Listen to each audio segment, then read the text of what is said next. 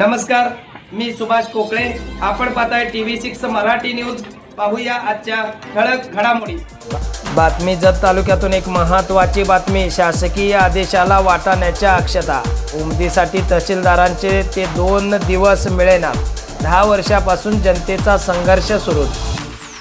सांगली जिल्ह्यातील जत तालुक्यामध्ये संख येथे अप्पर तहसील कार्यालय मंजूर होऊन तब्बल 10 वर्षे होत आली, तरी देखील उमदी येथील जनतेला अप्पर तहसीलदारांचे हक्काचे 2 दिवस अद्याप मिळालेले नाहीत.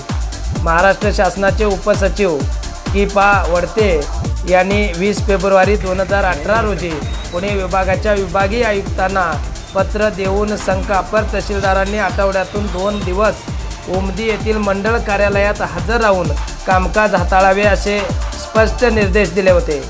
मात्र या शासन आदेशाची अंमलबजावणी करण्यास महसूल प्रशासनाकडून साप डुलकी मारली जात असल्याचे चित्र दिसत आहे. शासन निर्णय दिनांक 10 ऑगस्ट 2017 नवे संख येथे अप्पर तहसील कार्यालय मंजूर करण्यात आले होते.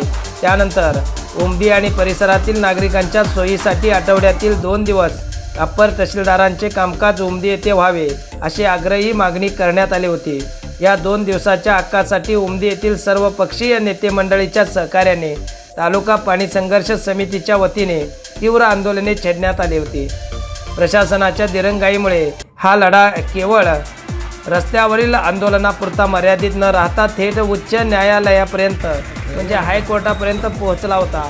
जनतेच्या या तीव्र भावनांची दखल घेऊन तत्कालीन खासदार संजय काका पाटील आणि तत्कालीन आमदार विलासराव जगताप यांच्या विशेष प्रयत्नातून शासनाने उमदी येथे 2 दिवस कामकाज पाहण्याचे आदेश निर्गमित केले होते.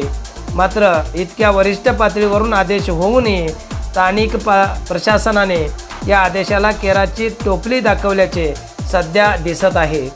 लोकप्रतिनिधींचे प्रयत्न अपुरे ठरल्यामुळे तहसीलदार उमदीला येईनात अशी परिस्थिती आहे. सध्याच्या स्थितीतही उमदी परिसरातील नागरिकांना छोट्या मोठ्या शासकीय कामासाठी, दाखल्यासाठी आणि महसूल दप्तरांच्या कामासाठी संख किंवा जत येथे हेलपाटे मारावे लागत आहेत. नुकतीच विद्यमान आमदार गोपीचंद पडळकर यांनीही उमदी येथील अप्पर तहसील कार्यालयाच्या या प्रलंबित विषयावर गांभीर्याने लक्ष घालून प्रयत्न केले आहेत. मात्र तरीही अप्पर तहसीलदार उमदीसाठी आपले 2 दिवस देण्यास तयार नसल्याचे दिसून येत आहे. त्यामुळे या सर्व गोष्टींवर नागरिकांनी संताप व्यक्त करीत आपला सवाल देखील व्यक्त केलेला आहे.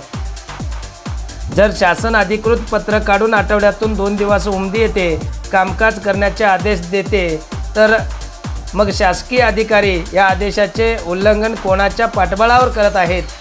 लोकप्रतिनिधींच्या प्रयत्नांना आणि शासनाच्या आदेशाला अधिकारी वर्ग जुमानत नाहीत का, असा सवाल नागरिकांमधून विचारला जात आहे. आणि या सर्व गोष्टींवर उमदी आणि परिसरातील नागरिकांनी आंदोलनाचा इशारा दिलेला आहे. शासकीय आदेशाला वाटाण्याच्या अक्षता लावणाऱ्या या कारभारामुळे उमदी आणि परिसरातील जनतेमध्ये तीव्र असंतोष पसरला आहे.